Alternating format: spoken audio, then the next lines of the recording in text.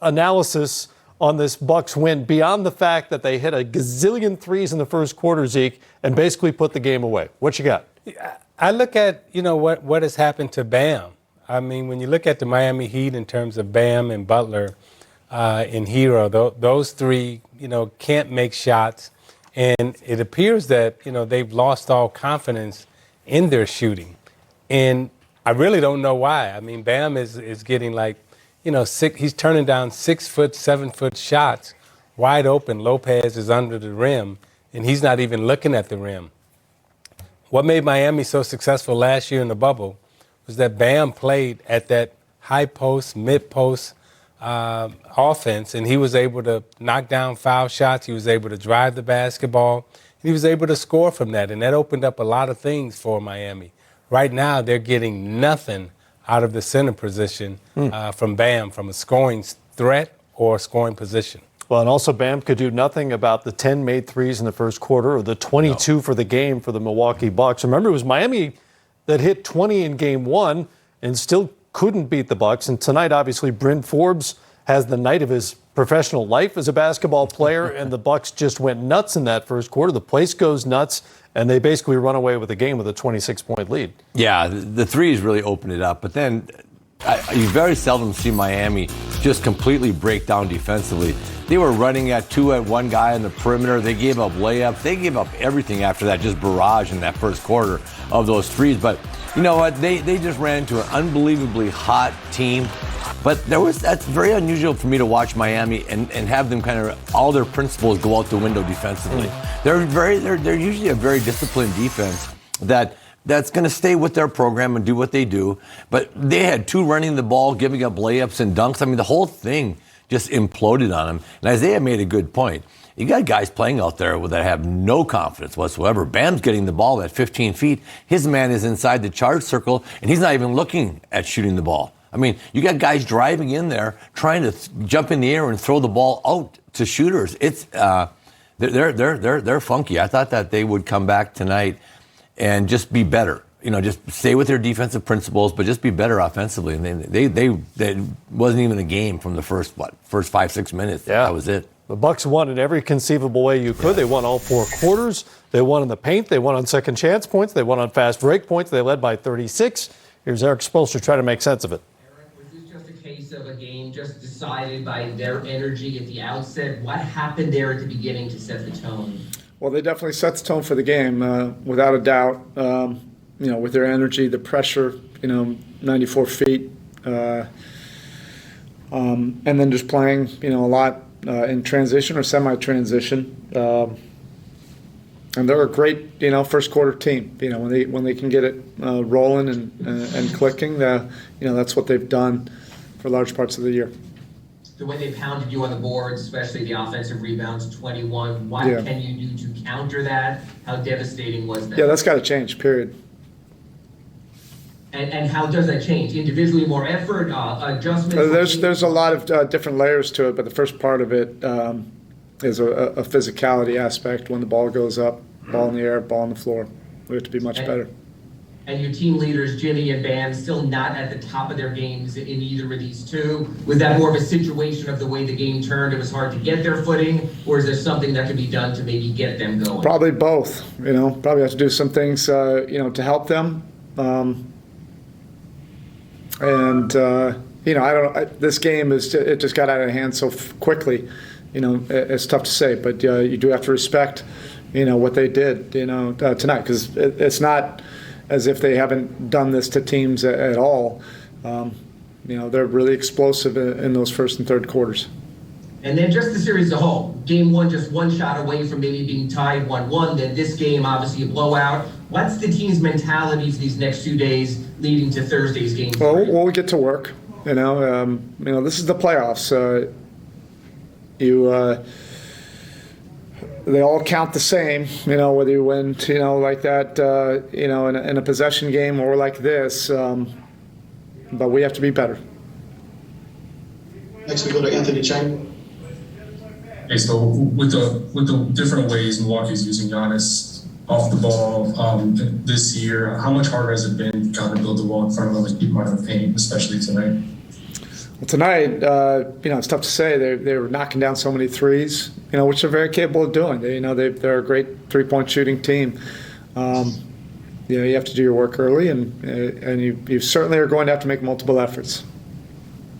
And then Dedmon, through all of that, he gave some productive minutes. What did you think about his minutes, and then what led to you playing him along with Bam? I know we haven't seen much of that so far this year since he signed with you guys. Yeah, I thought he gave us, quality minutes. His energy, you feel it, both ends of the court. He finds himself in the right spot around the ball, quite often. What did you like about the minutes with Bam, though? I'll have to take a look at it. Okay, thank you. Tonight's winning performance fueled by Gatorade. No surprise comes from the Milwaukee side. In the first half, when they set a franchise record for most points in the first half of a postseason game with 78, they also knocked down 15 threes, second most in the first half of a playoff game by any NBA team ever, and led by 27, one of the largest playoff leads ever. Mike Budenholzer basking with a 2-0 lead. Yeah, I mean, they know that's what we got to do. We got to make them feel us. We got to, pressure the ball, make their entries tough, make everything tough for them. And we got to take care of both boards. We got to take care of the defensive boards. We want to make money on the offensive boards. That's what we got to keep doing. The offensive glass is something that obviously you guys have emphasized more this year, but we haven't really seen an offensive glass performance out of this from you guys during your time here in Milwaukee. Just what do you think was the difference there on the offensive glass? I guess you got to miss the shot first. They got to go get it. The guys are they got a mentality. They know the offensive boards are important to us. We've been trying to work on it, and the carryover. We got to do it again in the next game. What do you think of you guys' maturity to handle a big lead? I know we talk about it all the time. Leads kind of tend to disappear in the NBA, and they just kind of handled it. Yeah, it's tough. Lots of times, there's just so much talent in the league, so many good teams, and sometimes you get the early lead, and things just happen and it becomes a close game. So, today, we were able to keep the focus and keep it. So obviously, a good thing. Zora Stevenson. Coach, on Saturday you talked about the importance from improving between game 1 and game 2. How do you feel like the guys followed through on that tonight? Yeah, we just got to keep getting better. Between 2 and 3, we got to get better. So I think the locker room knows that's what we got to just have that mindset of getting better. Jim Ozarski.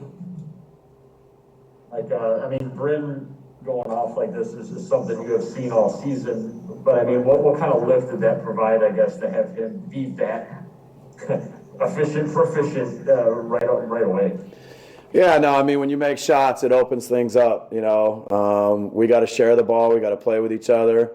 I think get good shots, attack the paint, attack from the three-point line. So certainly when Brent and Pat and Chris and different guys are making shots. Hopefully they're getting the ball on time, on target, things like that. Good things happen for us when we play with the pass.